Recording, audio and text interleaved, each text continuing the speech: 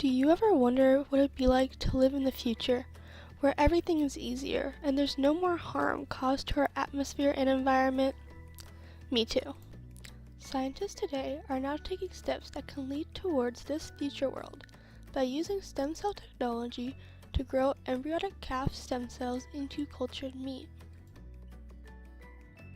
With this new technology of culturing meat, we will be able to eat burgers and other cow products without ever harming a cow or environment with the use of this technology. First, the embryonic stem cells, or ESC, are isolated from the utero of the mother cow. Once this cell has been extracted, it is then manipulated to get the embryonic stem cells out. A manipulation pipette goes through the zona pellucida into the inner cell mass, where then the stem cells can be gathered. There is a new method being patented in Germany to use chemicals to open up the channel through the zona pellucida, which will not destroy the embryo in the process. This would open up more opportunity to grow stem cells from the utero in the United States, where it is currently under investigation for ethical reasons. Once the embryonic stem cells are extracted, they go into a petri dish, which is then moved into an environment close to the human body.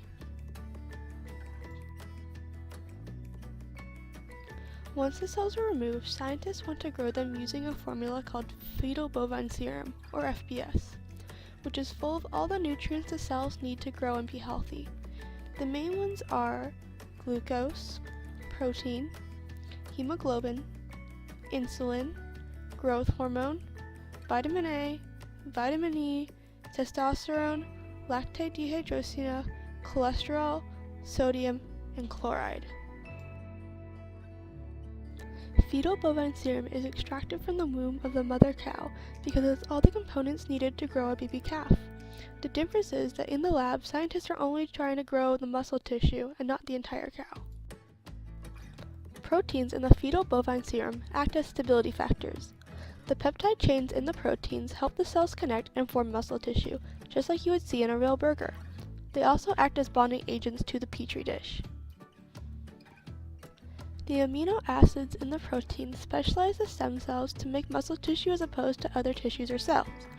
These specializers are integrin A7 and MyoD.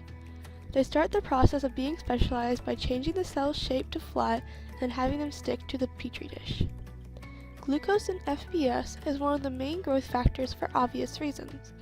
It allows the cell to grow and maintain its functions, which are removing waste, transporting oxygen, making sure ATP is used and stored, and going through mitosis.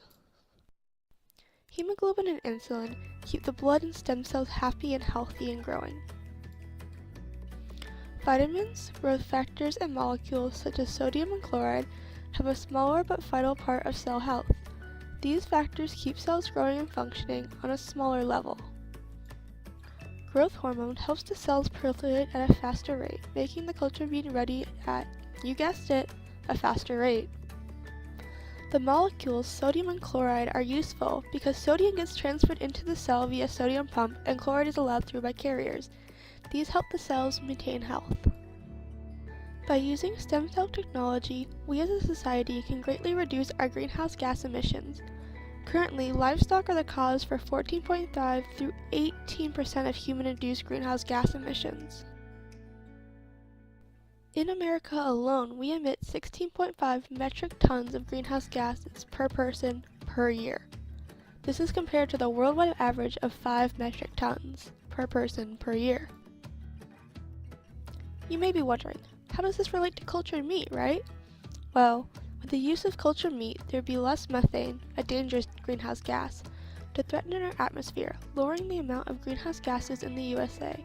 Overall, it would benefit our society as a whole ecologically. On average, a cow will release 70 to 120 kilograms of methane per year.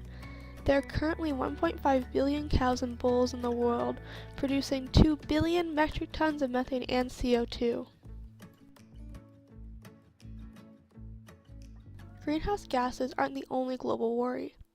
These livestock are using 30% of the Earth's land surface. Forests are being cleared to make additional room for farming, which is further damaging our world.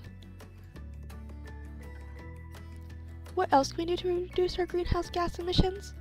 Well, for one, eating less meat and dairy products reduces the demand, which in return depletes the supply of cattle for consumption.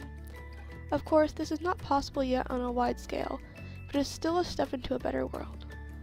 Finally, with the use of new technology of culturing meat, we should be able to greatly reduce our greenhouse gas emissions and improve the health of people worldwide.